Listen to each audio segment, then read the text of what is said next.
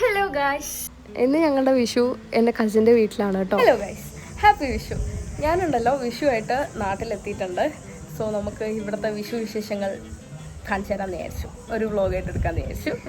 അപ്പം എന്തെല്ലാം സുഖമല്ലേ? ഇവിടെ കസിൻ്റെ വീട്ടിലാണ്. ഞങ്ങളെല്ലാവരും കൂടെ ഇങ്ങനെ പുറപ്പെടുകയൊക്കെ ചെയ്ത് നമ്മൾ ഫോട്ടോ എടുക്കാൻ നിൽക്കുകയാണ്. കാണിച്ചു തരാം.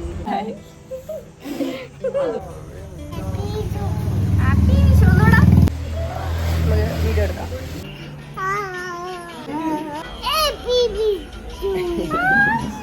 അങ്ങനെ ഫോട്ടോ എടുക്കലും വീഡിയോ എടുക്കലൊക്കെ കഴിഞ്ഞിട്ട് നമ്മൾ നേരെ ഫുഡ് കഴിക്കാനിരുന്നു കേട്ടോ. മന്തി ആയിരുന്നു കേട്ടോ, നല്ല ടേസ്റ്റ് ഉണ്ടായിരുന്നു. ഫുഡ് കഴിച്ചതിന് ശേഷം ടി വിയിൽ എൻ്റെ വീഡിയോസ് ഇങ്ങനെ വെച്ചായിരുന്നേ. എന്താ പറയാനുള്ള വിഷുവിൻ്റെ ഹാപ്പി വിഷു. ഹാപ്പി വിഷു. ശരി, ഒരു അടിപൊളി മന്തിയൊക്കെ കഴിച്ച് കുറച്ച് നേരം താഴെയായിരുന്നു കേട്ടോ. കസിൻ്റെ വീട്ടിലായിരുന്നു. ആൻഡ് ഇപ്പോൾ തിരിച്ച് വീട്ടിലെത്തി. പോയി ഇതൊക്കെ ഒന്ന് മാറ്റി കുറച്ച് കിടക്കട്ടെ. നമ്മൾ ഇന്ന് അമ്മയുടെ വീട്ടിൽ പോവാണ്. അവിടെ നിന്ന് നമുക്ക് വിഷു. സോ അവിടുത്തെ വിശേഷങ്ങൾ കാണിച്ചു തരാം.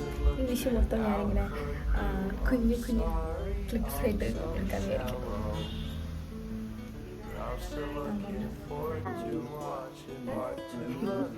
പോകുന്ന വഴിക്ക് നമ്മൾ ഇത്തിരി പടക്കമൊക്കെ വാങ്ങി അവിടെ ചെന്നു കേട്ടോ. ഇത് കണ്ടോ, ഇവരെ വീഡിയോസ് എടുത്ത് നടക്കലായിരുന്നു. ഇവരെ ഇടയ്ക്കിടയ്ക്ക് കാണാൻ പറ്റും ഈ വീഡിയോ. Hi, happy Vishu. ഒരാളും കൂടെ ഉണ്ട്, അവളുടെ ഫ്രണ്ട്. വീട്ടിൽ വന്ന് കുറച്ച് നേരം അവിടെ കുത്തിരുന്നു, മറ്റേ വെള്ളം കുടിച്ചു ഒക്കെ കഴിഞ്ഞ് നമ്മൾ ഇങ്ങനെ വയലിലേക്ക് നടക്കാൻ തുടങ്ങി. ഇവിടെ ഇത്തിരി ചൂടിന് ആശ്വാസമുണ്ട്.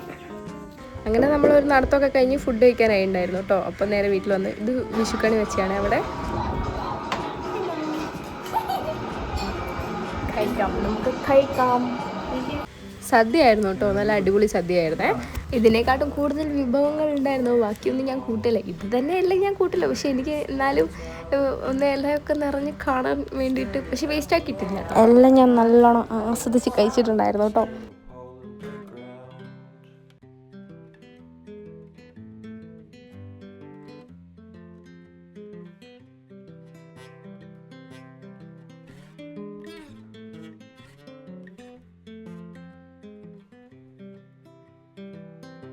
I've been thinking about myself today, thinking how I changed, how I really don't care if you are here or if you don't stay.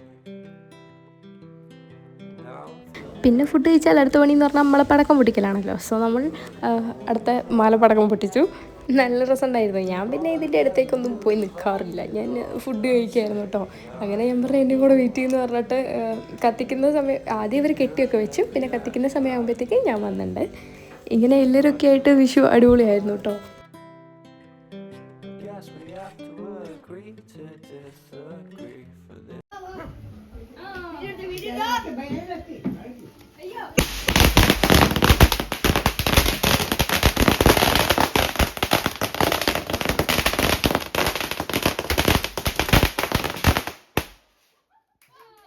പിന്നെ അതെ, ഇവരെ കണ്ടോ, ഇവരാണ് ഞങ്ങളുടെ കയ്യിൽ ഏറ്റവും ഇളയത്.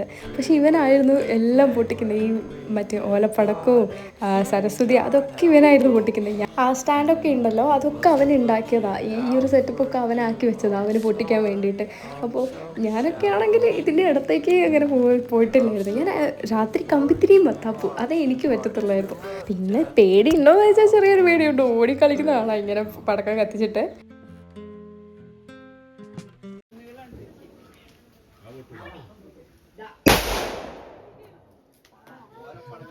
ഇതൊക്കെ കഴിഞ്ഞ് കുറച്ച് കഴിഞ്ഞാലാണ് എൻ്റെ അടുത്ത കസം വന്ന മോനൂസ്.